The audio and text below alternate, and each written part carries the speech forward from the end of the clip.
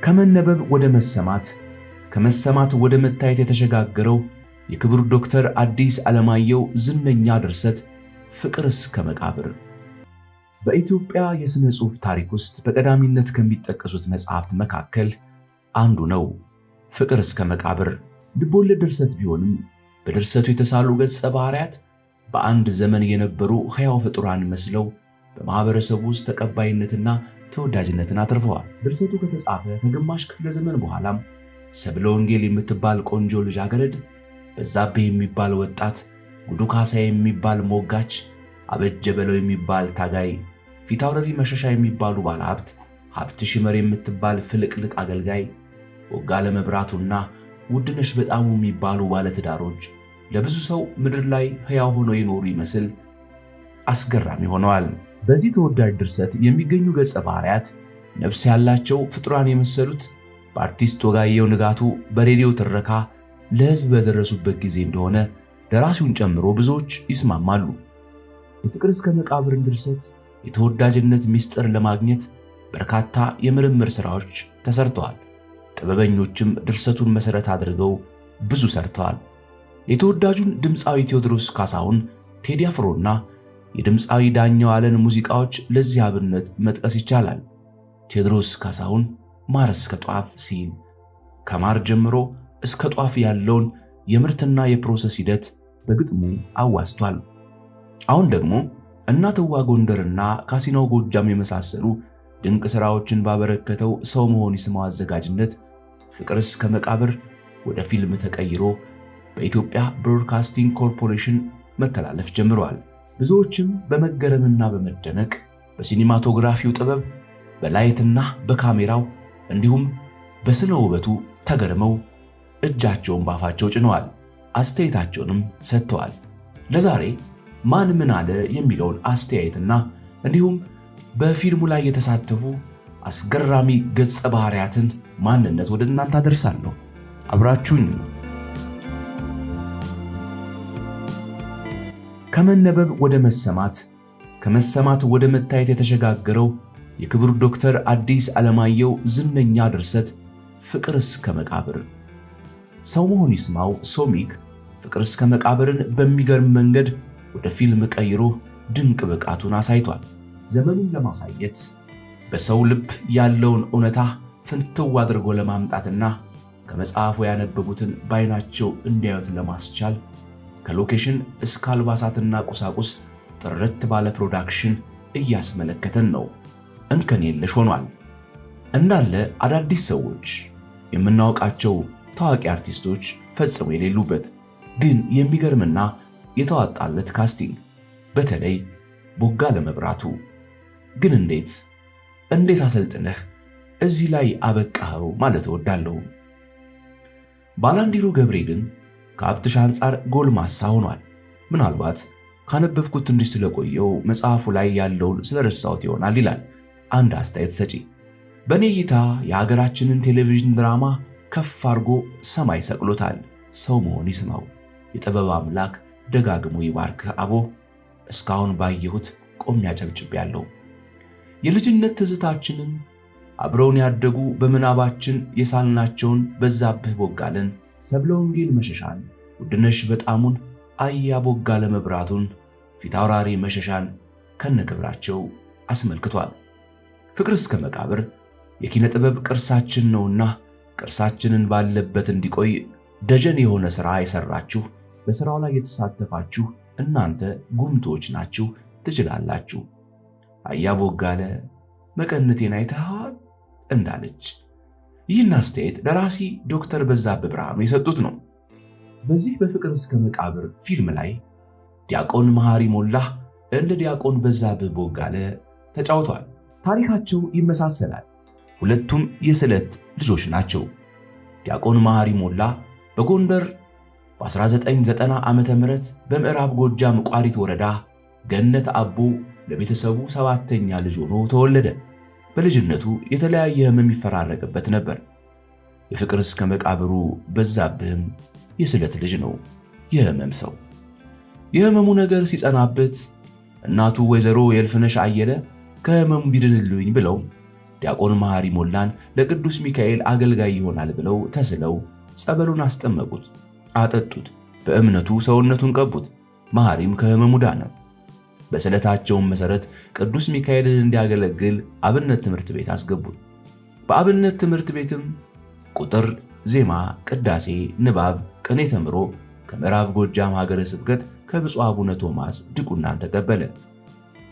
ድላንዴ ሰነበ መድኃኔ ዓለም፣ መተከል ወንበራ ደብረ ዘይት ማርያም፣ ባህር ዳር ሰርቸን ሚካኤል፣ ባህር ዳር ፈለገ ገነት ቅዱስ ጊዮርጊስ አብያተ ክርስቲያናት በዲቁና አገልግሏል። ዲያቆን መሐሪ ሞላ በዛብህ ቦጋለን መስሎ እንዲተውን የተገኘው ባህር ዳር ፈለገ ገነት እያገለገለ ነው። እንግዲህ ለካሜራ እንግዳ የሆነው መሐሪ በዳይሬክተሩ ሰው መሆን ይስማው ስልጠና ራሱን አብቅቶ በድንቅ በብቃት እየተወነ ይገኛል። ፍቅር እስከ መቃብር በየአካባቢው አቅም ኖሯቸው እድሉን ያላገኙ ብዙ ባለተሰጥኦዎች ሰዎችን እያሳየን የሚገኝ ፊልም ነው። ታዴ የማሜ ልጅ ይህንን መረጃ አጋርቷል። ወደ ሌላው አስደናቂ አስተያየት ደግሞ እንለፍ። ተመልከቱ የጠቢባን እጆች ምን መስራት እንደሚችሉ። ፍቅር እስከ መቃብር መጽሐፍ የታተመበት የወረቀት ሽታ ሳይቀር ይታወሰኛል። በወቅቱ ሳነበው እጅግ አድካሚ መስሎ ቢታየኝም እንደ ወይን እያደር ግን እየጣመኝ ሄደ። የገጹ ብዛት ግን ከአንድ ጊዜ በላይ እንዳልደግመው ነበር ያደረገኝ። ማር እስከ ጧፍ በተሰኘው ዘፈኑ ቴዲ አፍሮ እጅግ ተራቆበት መጣ። ዓለም ላይ አሉ የተባሉትን ከጁስ መፍጫ እስከ እንጨት መደረቢያ የፈለከውን የኮምፒውተር አልጎሪዝሞችን ብትጠቀም ከቴዲ በስተቀር ይህን የሚያክል መጽሐፍ በ6 ደቂቃ ሊተርክልህ አይችልም። የተረከም የለም። ተመልከት የጠቢባንን እጅ። ፍቅር እስከ መቃብር በፊልም ሊሰራ ነው ሲባል አይ አሁን በቃ ከመጽሐፉ በላይ እነዛ ገጸ ባህሪዎች መልካቸው ሊጠፋብኝ ነው እያልኩ መሳቀቅ ጀመርኩ። ገሚሱ ሕዝብ ኧረ እንዳይበላሽ አለ። ሰው መሆን ግን እነዚህን ሁሉ ኃላፊነቶች ሳያሸሹት ጭራሽ የብዕር ቀለም ምልክቱን ከኤቲቪ ጋር ተፈራርሞ አረፈው። ፊልሙን ለውጤት በቅቶ ሳየው ሰው መሆን ከቴዲ ብዙ ነገሮችን ተውሶ አየሁ። ተውሶም ግን አይመስለኝም። ተመሳሳይ የጥበብ ከፍታ ላይ ሲደርሱ ጥበብን የሚመለከቱበት የዓይናቸው ብሌን በእኩሌታ ሰፍቶ መሰለኝ። ቴዲ አፍሮ ማር እስከ ጧፍ ዊንራር ሳይጠቀም አፕሊኬሽን ሳይጭን ኤአይ እንኳ ቢጠቀም ማያገኝለትን የታሪክ መጠቅለያ ምስሉን ሲቀርጽ የገጸ ባህሪዎቹ አለባበስ፣ የቅዳሴ ስነ ስርዓቱ፣ የምስሉ ልዩ ቀለም፣ ቀይ ኢፌክት መጠቀሙ ይህንን አይነት ሲኒማቶግራፊ ያየነው የእግር እሳት የተሰኘው ተከታታይ ድራማ ላይ ብቻ ነበር። ሁሉም ነገሮቹ የመጽሐፉን ገጽ በገጽ ያስታውሰናል።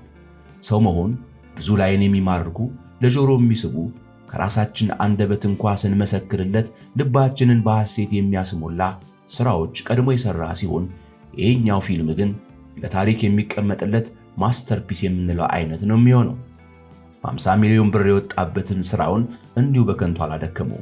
ሰውየው ትናንትና ብቃት ብቻ አላየም፣ አካባቢውን የሚመጥን ሰውም ይፈልግ ነበር። የወቅቱን ቀለምም ያለውን ሰው ጭምር በፊልሞቻቸው እጃችንን በአድናቆት ያስላጡን ሰዎችን አላመጣም። አዳዲስ ሰዎችን አስገብቶ እንዲፈኩ አደረገ እንጂ። ለፍቅር እስከ መቃብር ለዘላለማዊ ለሚፈጠርብን ምስል እጅግ ተጠንቅቆ እንደሰራው ያስታውቃል።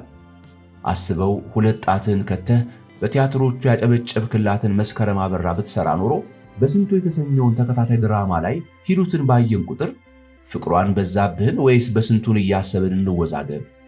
ታዋቂ አንጋፋ በብዙ ስራዎቻቸው የምናከብራቸውን የምናደንቃቸውን ስክሪናችንን 5 ጊዜ ብንገልጥ 2 የማናጣቸውን አርቲስቶች አለመጠቀሙ ሰው መሆንን ከተሰቀለበት የጥበብ ደመና ላይ በዝናብ መልክ እንኳ እንዳይወርድ ያደርጉታል።